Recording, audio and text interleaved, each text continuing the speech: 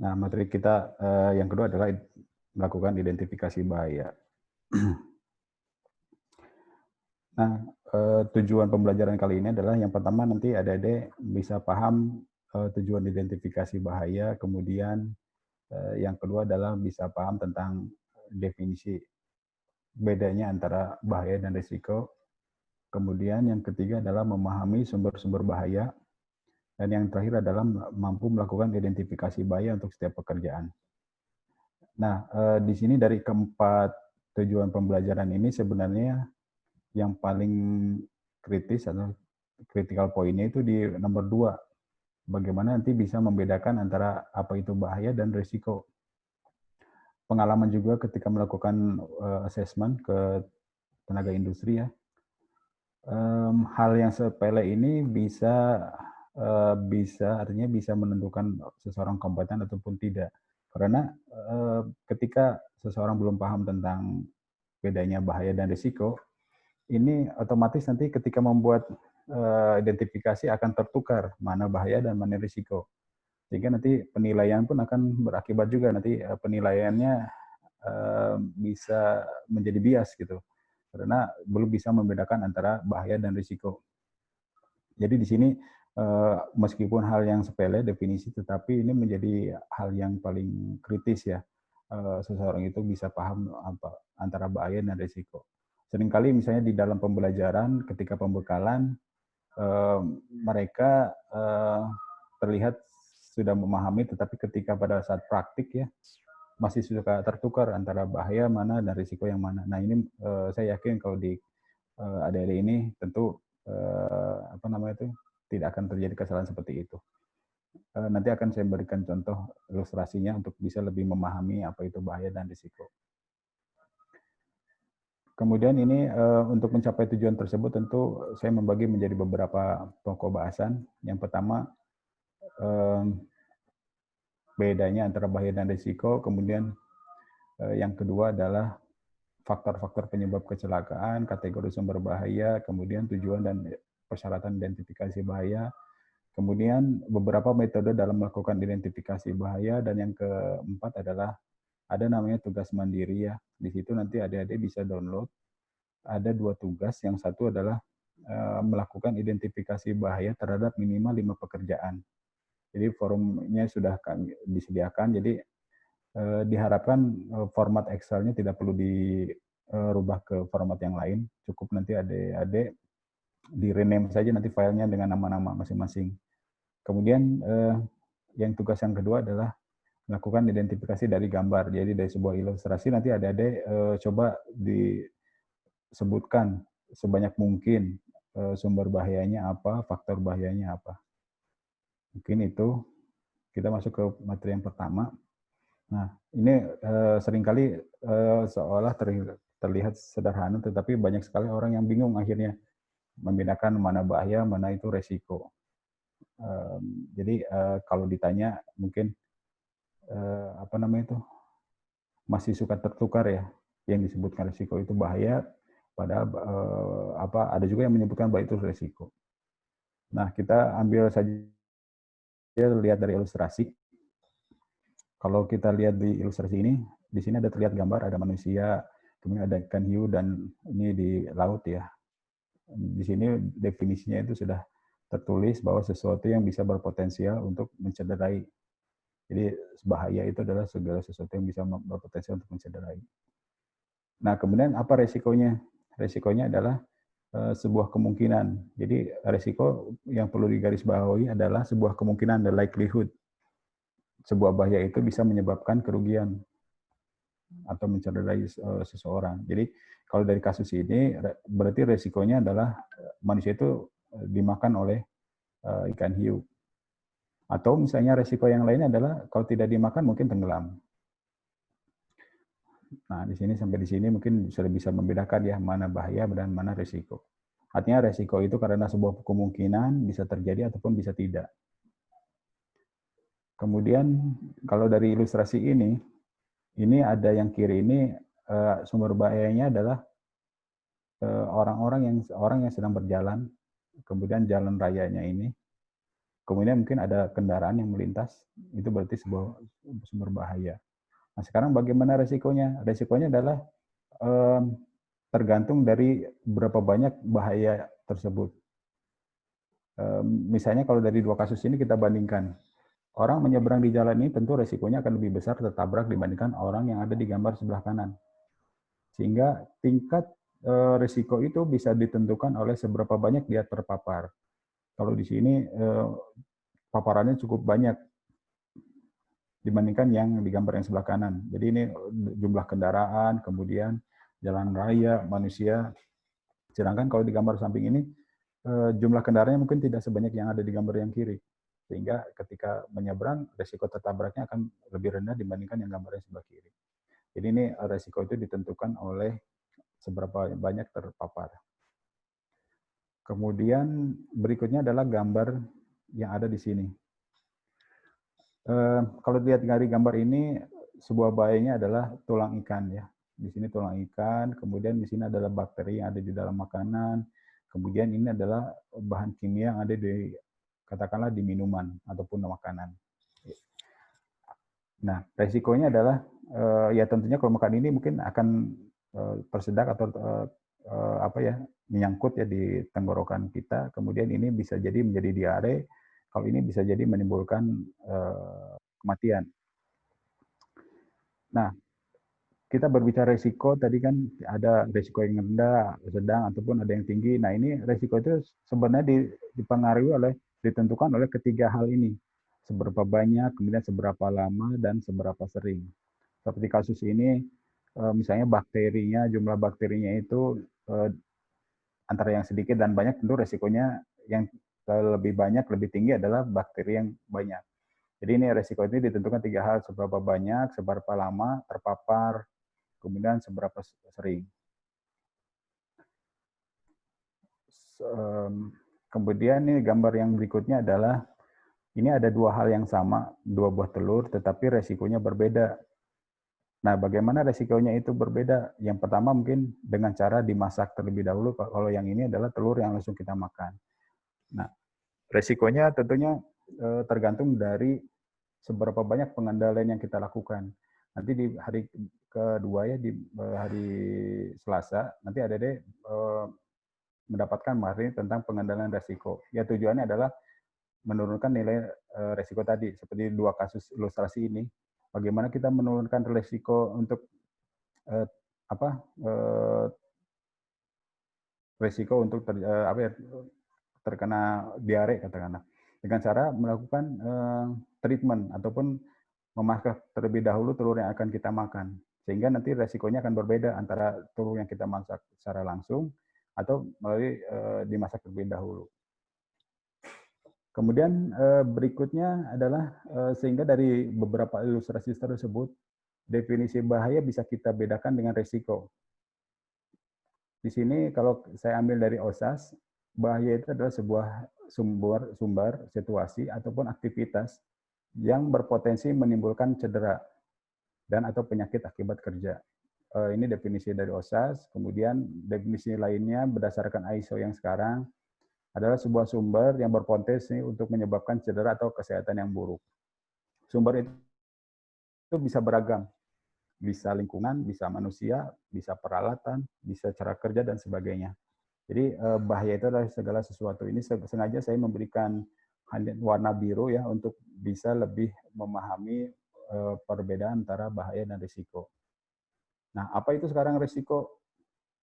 Risiko adalah sebuah kemungkinan ya, likelihood, untuk mendapatkan kerugian. Apakah itu cedera kepada manusia, kerusakan pada alat, ataupun proses lingkungan dari suatu bahaya. Jadi tanpa adanya bahaya, tidak mungkin adanya resiko. Tetapi kita dimanapun berada mungkin ya, di tempat apapun, di aktivitas apapun, namanya resiko selalu ada, karena selalu ada di setiap tempat tersebut sumber bahaya. Kemudian definisi lainnya adalah berdasarkan standar Australia dan New Zealand tentang manajemen risiko, adalah sebuah peluang untuk untuk terjadi sesuatu yang bisa terdampak kepada sasaran organisasi. Ini Risiko itu sekali lagi mungkin bukan sesuatu yang pasti terjadi, tetapi adalah sebuah kemungkinan. Nah, sampai di sini mungkin eh,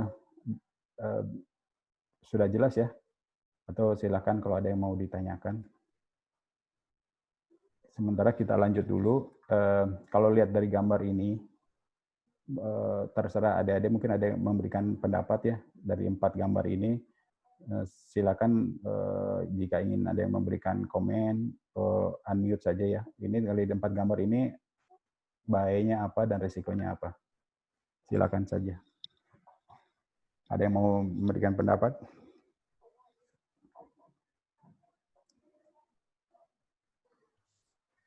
Silakan. Mau coba, Pak? Silakan, Pak Rudi. Bahayanya ketinggian, risikonya jatuh. Iya. Oke, ada lagi yang mungkin Rudi? Betul ya, bahayanya ketinggian ya. Risikonya apa terjatuh. Apalagi mungkin boleh silakan.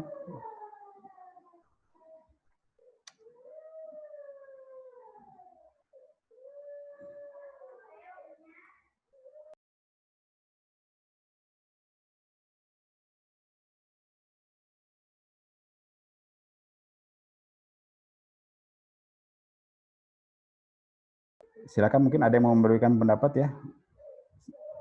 Mau coba, Pak? Ya, silakan. Itu untuk gambar yang kiri, bahayanya itu bekerja dekat air, resikonya itu tenggelam. Ya, betul ya. Tadi berada di lautan ya ini, kemudian resikonya berarti tenggelam. Ada lagi mungkin satu lagi?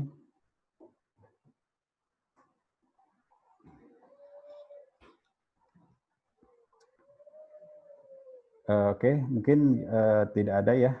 Jadi nanti kita sambil berjalan saja. Jadi memang tadi sudah disebutkan beberapa ya, sudah benar. Jadi resiko tadi adalah sebuah kemungkinan sehingga kayak terjatuh, tenggelam itu kan sebuah kemungkinan. Kemudian ini juga sama terjatuh dari ketinggian sebuah resiko jadi karena sebuah kemungkinan. Oke, berikutnya adalah kita lihat. Nah, ini adalah sumber-sumber bahaya yang bisa mempengaruhi sebuah kecelakaan. Jadi maksud dari gambar ini adalah untuk memudahkan kita ketika melakukan identifikasi bahaya. Jadi kalau misalnya kita mengacu kepada 4M dan 1L ini, nanti akan lebih banyak lagi bahaya yang bisa kita identifikasi. Kalau tadi kan mungkin kalau kita langsung melakukan identifikasi dari gambar ini secara langsung, kita baru mendapatkan bahaya. Yang pertama tadi ketinggian, satu lagi adalah air laut ini. Dan resikonya satu tenggelam, satu ini terjatuh. Jadi baru ada 2 identifikasi bahaya. Tetapi kalau kita menggunakan faktor ini, 4M1L ini, nanti akan lebih banyak bahaya yang bisa kita identifikasi. Misalnya kasusnya, katakanlah dari gambar yang ini. Atau saya mungkin kasih contoh dulu. Oh ya, saya kasih contoh dulu misalnya dari kasus yang ini ya. Kalau kita menguraikan identifikasi bahaya dari 4M1L ini akan lebih banyak. Misalnya gini, katakanlah misalnya dari kasus ini yang pertama. Kita menggunakan 4M1L. Berarti kalau 4M diantaranya manusia, berarti di sini ada sumber bahayanya, ada manusia ya. Kemudian yang kedua adalah material. Material itu adalah misalnya ini pagar yang sudah tidak layak, pagar pembatas yang sudah tidak layak. Kemudian yang berikutnya ada lingkungan. Lingkungan salah satunya misalnya tadi air laut tadi ya, air laut. Kemudian juga ini bisa termasuk ketinggian juga kan terjatuh. Kemudian berikutnya mesin. Mesin ini dalam hal ini adalah kapal keruknya ya. Di sini ini kapal keruk PT Timah nih. Sehingga di sini sumber bahaya adalah kapal keruknya. Nah, kalau kita mengidentifikasi bahaya dari 4M1L ini kan jadinya akan lebih banyak lagi yang teridentifikasi. Termasuk misalnya lingkungan, kondisi cuaca buruk, misalnya badai dan sebagainya. Nah, sekarang resikonya apa dari sumber bahaya yang ada? Ya tentunya kan terjatuh, tenggelam ya, dan sebagainya. Ini pun sama, ketika kita menguraikan, mengelaborasi bahaya itu dari 4M1L, akan lebih banyak lagi yang akan teridentifikasi. Misalnya kalau dari sini kan 4M1L tentunya manusianya. Yang kedua adalah material. Materialnya apa ya? Scaffolding-nya. Tadi baru disebutkan hanya lingkungan saja, ketinggian. Padahal sebenarnya kalau dari kasus satu gambar ini sudah banyak juga sumber bahaya yang bisa kita identifikasi. Ini pun sama dan berikutnya sama. Kemudian metode cara kerjanya juga, kan misalnya melakukan pekerjaan di atas ketinggian, misalnya tidak sesuai dengan prosedur, ataupun misalnya tidak dilengkapi dengan tidak adanya sertifikat kompetensi untuk bekerja di ketinggian. Itu merupakan salah satu sumber bahaya juga. Jadi ini hanya sebagai trik saja ya, bagaimana melakukan identifikasi bahaya di area kerja dengan mengelaborasi yang 4M1L ini. Ini normatif saja ya, tujuannya tercapai, kemudian tidak ada cedera, tidak ada kerusakan alat, kerja sehat, sehingga menciptakan kondisi kerja aman dan sehat. Nah, ini ada link, nanti bisa coba latihan di lain waktu ya. Ini ada beberapa contoh saja. Kalau saya klik ini, akan tampil ya. Ada ini ada tampilan nggak? Ini tampil nggak di di browser? Terlihat nggak? Enggak ya? Enggak, Pak. Bentar saya stop dulu, saya tampilkan dulu. Nah, kalau adik-adik klik ya, nanti ini contoh saja. Nanti banyak juga foto-foto yang bisa buat jadi pembelajaran, buat latihan. Di sini di gambar ini katanya ada 14 bahaya. Nah, adik-adik kan mungkin bisa ya mencoba fitur yang ada di Zoom ini nih. Adik-adik ada melihat option, itu mungkin ada annotate ya. Klik saja, nanti lingkari menurut adik-adik sumber bahaya. Mungkin siapapun boleh. Nanti kalau yang sudah mencoret di layar ini, adik-adik mungkin yang bisa menghapusnya sendiri. Kira-kira di gambar ini coba temukan 14. Silakan saja adik-adik siapapun ya boleh mencoret-coret gambar ini, tunjukkan lingkari. Silakan.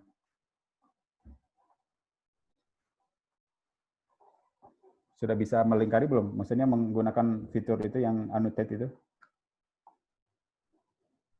Silakan. Nah, itu ya ada yang melingkari ya. Nah, ini sumber bahaya. Oke, saya klik. Ternyata benar ya.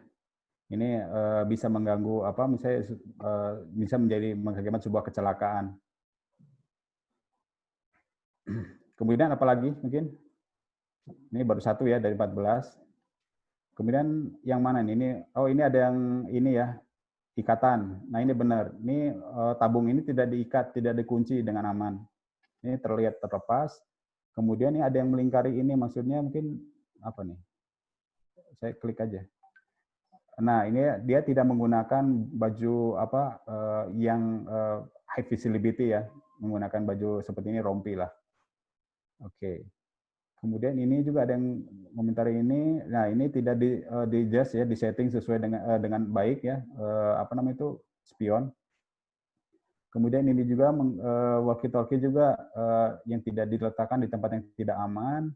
Kemudian ini kaca spion kirinya hilang ya, tidak ada. Kemudian sepatu juga tidak menggunakan sepatu ini sudah 7 ditemukan. Kemudian ini tidak diikat ya, betul, seat belt-nya. Kemudian ini juga sumber bahaya juga ya. Jadi pandangan ini terlalu mengangkat tinggi ya, ini sehingga menghalangi pandangan si operator ini, angkatan ininya, forklift-nya. Kemudian ini rodanya ternyata tidak termasuk ya kalau di dalam foto ini. Kemudian ini ada kopi ya, disimpan di sini bukan pada tempatnya. Ini sudah 10. Ada yang melingkari ini juga tidak termasuk ternyata. Ini malah yang di sumber bahayanya adalah si forklift ini yang ada di jalur pejalan kaki. Dia masuk ke jalur pejalan kaki. Kemudian ada lagi yang melingkari. Nah, ini tadi sudah ya. Kemudian ini sudah. Ini sepatu juga tidak, di sini mungkin maksudnya tidak menggunakan safety shoes ya, tapi di sini tidak ada nih, tidak merespon. Kemudian ini juga sudah. Yang ini, oh ini ada yang mengingkari ini ya, fire extinguisher, aparnya itu diletakkannya tidak dikunci juga. Kemudian ini ya, lampu, ya ternyata dia menutupi lampu backlight-nya.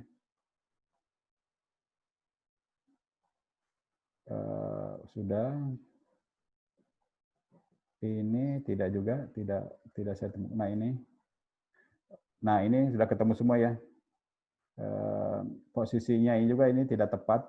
Nah ini artinya sudah ketemu ya. Nah ini juga banyak sekali contoh ya. Nanti adik-adik coba menjadi ini sebagai latihan saja supaya lebih peka terhadap bahaya yang ada di lingkungan kita. Jadi itu mungkin hanya sekedar game supaya tidak mengantuk. Ini saya kembali ke share screen lagi ke bahan tayangnya.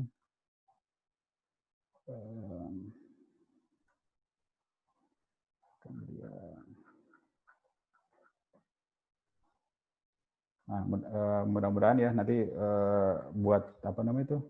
Ini contoh kasusnya begitu banyak ya. Ini banyak sekali yang mirip-mirip di lingkungan kerja di kita. Nah, kemudian kalau kita bicara faktor, tadi kan kita bicara sumber bahaya ya dari mulai manusia, mesin, lingkungan dan sebagainya. Kita bicara faktor bagaimana menggolongkan sumber bahaya tersebut ke dalam 5 faktor. Ada namanya faktor kimia, biologi, fisika, kemudian ergonomi dan psikologi. Ini saya ambil dari Peraturan Menteri Tenaga Kerja Nomor 5 Tahun 2018 tentang K3 Lingkungan Kerja. Nah, apa itu faktor kimia? Ini bahaya yang berasal dari material kimia yang berpotensi untuk mencederai manusia dan lingkungan. Contohnya adalah debu, gas, uap, pestisida, semen, cat, dan sebagainya. Ini apa namanya itu masuk ke dalam sumber bahaya ini semua masuk ke dalam faktor kimia. Kemudian berikutnya adalah sumber bahaya yang masuk ke dalam faktor biologi adalah yang berasal dari hewan sampai kepada makhluk mikroorganisme seperti virus, sengatan serangga, jamur, protozoa, cacing, dan sebagainya. Bahkan COVID-19 pun ini masuk ke dalam kategori faktor biologi.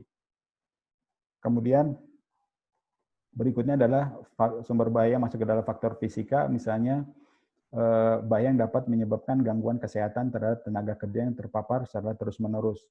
Misalnya iklim kerja, kemudian kebisingan, getaran, radiasi gelombang mikro, radiasi ultraviolet, radiasi medan magnet, tekanan udara, dan pencahayaan, dan sebagainya. Ini masuk ke dalam faktor fisika.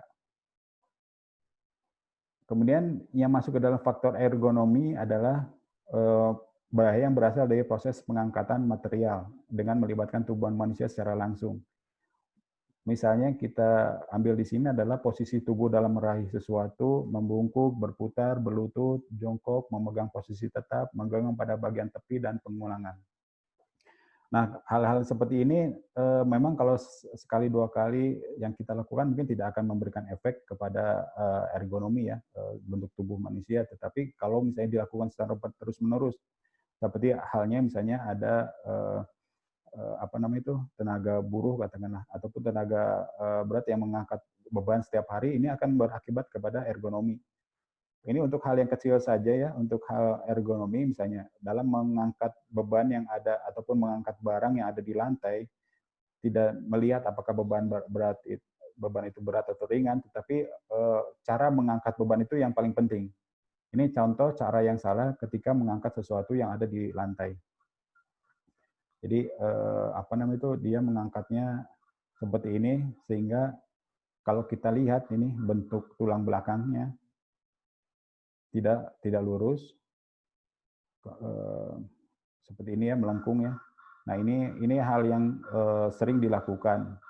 Ini merupakan hal yang tidak perlu dicontoh, tetapi yang tepat adalah bagaimana mengangkat itu tegak lurus seperti ini.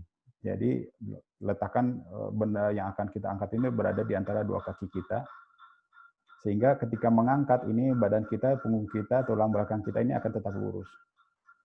Ini pun hal yang sama ketika mengambil, misalnya katakanlah mengambil ballpoint yang jatuh di lantai. Cara seperti ini yang paling baik. Seperti itu. Kemudian ini adalah faktor yang berikutnya adalah faktor psikologi. yang bahaya berasal dari perilaku ataupun tindakan tidak aman dari pekerja. Misalnya adalah stres, kebosanan, fatigue karena lelah ya, saat bekerja sudah lelah tapi dipaksakan, kemudian depresi, bersenda gurau, dan lain-lain. Jadi ini sumber bahaya yang masuk ke dalam kategori faktor psikologi. Nah, ini berikutnya adalah safety paradox ya. Ini menunjukkan bahwa ketika tingkat kepedulian ataupun tingkat awareness safety kita semakin naik, itu artinya tingkat kecelakaan, kemungkinan kecelakaan akan turun. Tetapi kadangkala mungkin mood bekerja kita akan naik turun, tingkat awareness kita akan naik turun. Hal yang bisa membuat tingkat awareness kita turun adalah ketika kita bekerja dalam kondisi mungkin kejenuhan ataupun misalnya keletihan. Tentu pada saat kondisi seperti itu, tingkat awareness-nya itu akan turun. Nah, perlu diingat ketika tingkat awareness turun, ini tingkat kemungkinan akan yang terjadinya kecelakaan, resikonya itu akan semakin tinggi. Sehingga ini sebuah paradok. Ketika tingkat awareness-nya turun, tingkat kecelakaan naik. Dan sebaliknya, ketika tingkat awareness-nya naik, tingkat kecelakaannya turun. Begitulah seterusnya. Kemudian ini adalah beberapa contoh yang ada di dalam lampiran Permenaker nomor 5 tahun 2018 untuk faktor nilai ambang batas kebisingan. Nilai ambang batas itu adalah sebuah faktor bahaya di tempat kerja sebagai kadar ataupun rata-rata tertimbang yang dapat diterima oleh tenaga kerja. Misalnya orang yang terpapar kebisingan. Ini ada batasnya. Misalnya orang yang terpapar itu dalam waktu 1 hari itu dia bekerja selama 8 jam 1 hari. Maksimal intensitas kebisingan dalam desibel adalah 85. Ketika lebih dari itu, berarti resikonya akan semakin besar. Kalau orang yang bekerja selama 4 jam, tentu intensitasnya akan semakin tinggi. Karena kan ini terpaparnya lebih lama. Jadi ini ada beberapa contoh saja, nanti adik-adik bisa lihat di lampiran Permenaker nomor 5 tentang K3 lingkungan kerja. Atau juga ada ambang batas untuk getaran. Orang yang selalu melakukan drilling ini ada batas waktunya. Dalam bekerja sehari misalnya 6-8 jam, itu maka meter per detik kuadratnya adalah maksimal batasnya adalah 5. Berikutnya juga ini ada beberapa contoh untuk yang bekerja ketika getarannya untuk pemaparan seluruh tubuh. Ini ada batasan nilai ambang batasnya. Dan ada beberapa faktor-faktor lain yang termasuk faktor-faktor ergonomi. Ada batas standar yang harus kita cermati. Kemudian dari kelima faktor itu kita lakukan identifikasi. Artinya identifikasi bahaya ini tentunya nanti tidak terlepas dari 5 faktor tadi. Apakah kimia, biologi, fisika, ergonomi, ataupun psikologi. Nah, oleh karena itu, dengan melakukan identifikasi bahaya, ini setidaknya kita bisa mengurangi peluang kecelakaan. Kalau kita sudah tahu bahaya, sumber bahaya, pasti kita akan menghindar ataupun setidaknya kita mengisolasi ataupun menjauhi sumber bahaya. Sehingga ini mengurangi peluang terjadinya kecelakaan. Yang kedua adalah memberikan pemahaman bagi semua pihak dari aktivitas perusahaan sehingga meningkatkan kewaspadaan. Kalau misalnya sumber-sumber yang sangat tinggi resikonya, biasanya sudah diberikan rambu-rambu tentang bahaya ya. Misalnya kayak di gardu listrik, karena punya resiko yang tinggi, sudah di awal mereka sudah pasang-pasang rambu-rambu artinya peringatan. Itu sebagai salah satu indikator saja. Kemudian ini juga merupakan ketika kita melakukan identifikasi bahaya, ini juga merupakan landasan dalam menentukan strategi pencegahan dan penanganan yang cepat dan efektif. Kalau adik-adik sering mendengarkan MSDS, Material Safety Data Sheet, di situ akan terlihat sumber bahayanya apa, kemudian bagaimana cara penanganan dan pencegahannya.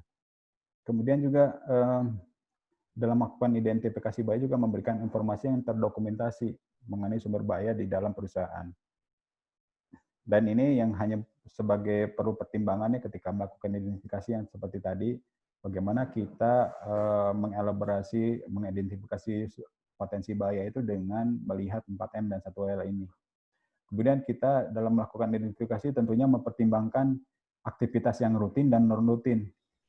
Apalagi yang non-rutin. Non-rutin itu biasanya kan jarang sekali kita, katakanlah jarang sekali kita lakukan sehingga tentu akan lebih waspada. Kemudian yang kedua berikutnya adalah dalam melakukan identifikasi aktivitas di semua individu yang memiliki akses kantor kerja. Jadi maksudnya gini, ketika area tersebut memiliki kemungkinan untuk diakses oleh banyak orang, tentu akan menjadi prioritas dalam hal melakukan identifikasi bahaya dibandingkan orang yang sedikit ke area tersebut. Gitu. Kemudian juga mempertimbangkan juga perilaku manusia. Dalam hal ini misalnya termasuk tadi yang kita baru bicara tentang budaya K3 ya. Semakin mungkin budaya K3-nya semakin rendah, tentu kita harus lebih mempertimbangkan dalam melakukan identifikasi bahaya. Kemudian juga masalah infrastruktur, kalau di perusahaan tambang ada milik sendiri, milik owner, ada juga milik kontraktor. Semakin banyak peralatan yang digunakan, semakin banyak material yang ada di tempat kerja, tentu menjadi pertimbangan dalam melakukan identifikasi bahaya. Ataupun misalnya adanya perubahan organisasi ataupun perubahan kegiatan, perubahan material juga menjadi pertimbangan kita dalam melakukan identifikasi. Nah, sekarang ada beberapa teknik dalam melakukan identifikasi bahaya. Yang pertama adalah pasif, kemudian berikutnya adalah semi proaktif, dan yang ketiga adalah proaktif. Kalau pasif itu biasanya cirinya adalah dia bahaya itu bisa dikenal setelah mengalami sendiri secara langsung. Misalnya seseorang akan mengetahui adanya bahaya lubang di jalan setelah tersandung atau terperosok ke dalamnya. Atau misalnya kita tahu ada bahaya listrik setelah tersengat arus listrik. Itu artinya kita bisa mengenal ataupun kita bisa mengidentifikasi bahaya ketika sudah mengalami langsung. Berarti metode tersebut adalah metode pasif. Ini tentunya banyak kelemahan. Selain sangat rawan, tidak semua bahaya dapat diketahui, juga seperti halnya menyimpan bom waktu yang dapat meledak setiap saat. Kalau di jalan yang misalnya jalan berlubang di jalan raya gitu, ini sering ditemui. Ketika belum ada mobil yang katakanlah terperosok gitu ya, ataupun belum adanya kecelakaan akibat lubang jalan tersebut, biasanya tidak diperbaiki. Tetapi setelah adanya kejadian, biasanya jalan tersebut akan diperbaiki. Kemudian metode semi proaktif adalah bahaya itu bisa diketahui tetapi dengan belajar dari pengalaman orang lain tanpa perlu kita mengalami sendiri. Ini pun sama, banyak kelemahan, tidak semua bahaya telah diketahui atau pernah menimbulkan dampak kejadian kecelakaan. Kemudian tidak semua kejadian dilaporkan. Bisa jadi misalnya perusahaan tersebut ataupun orang lain pernah mengalami, tapi karena tidak pernah tahu ceritanya, kita tidak pernah tahu dia pernah mengalami tersebut, sehingga tidak menjadi pembelajaran. Kemudian juga kecelakaan yang terjadi, berarti kalau kita mengandalkan pengalaman orang lain, tentu berarti artinya kerugian tetap terjadi gitu. Kita menunggu menunggu kecelakaan sehingga kita seolah-olah ingin mendapatkan kerugian terlebih dahulu untuk mengenal bahaya. Tetapi yang terbaik adalah bagaimana kita melakukan identifikasi ini dengan cara proaktif. Kita mengidentifikasi bahaya sebelum bahaya tersebut menimbulkan akibatnya ataupun menimbulkan risikonya. Kelebihannya tentunya bersifat pencegahan, kemudian sustainable improvement, ini secara tidak langsung bahwa proses itu akan berjalan secara berkesinambungan ya, proses di pekerjaan, proses di perusahaan. Kemudian juga meningkatkan kepedulian kita kepada lingkungan kerja kita, dan meningkatkan penghematan. Ini tidak langsung dari misalnya ketika perusahaan tersebut zero accident, tentu banyak sekali penghematan yang bisa diperoleh, seperti tidak perlunya keluarnya biaya akibat kecelakaan dan sebagainya. Nah, ini metode proaktif ini salah satunya adalah yang kita lakukan sekarang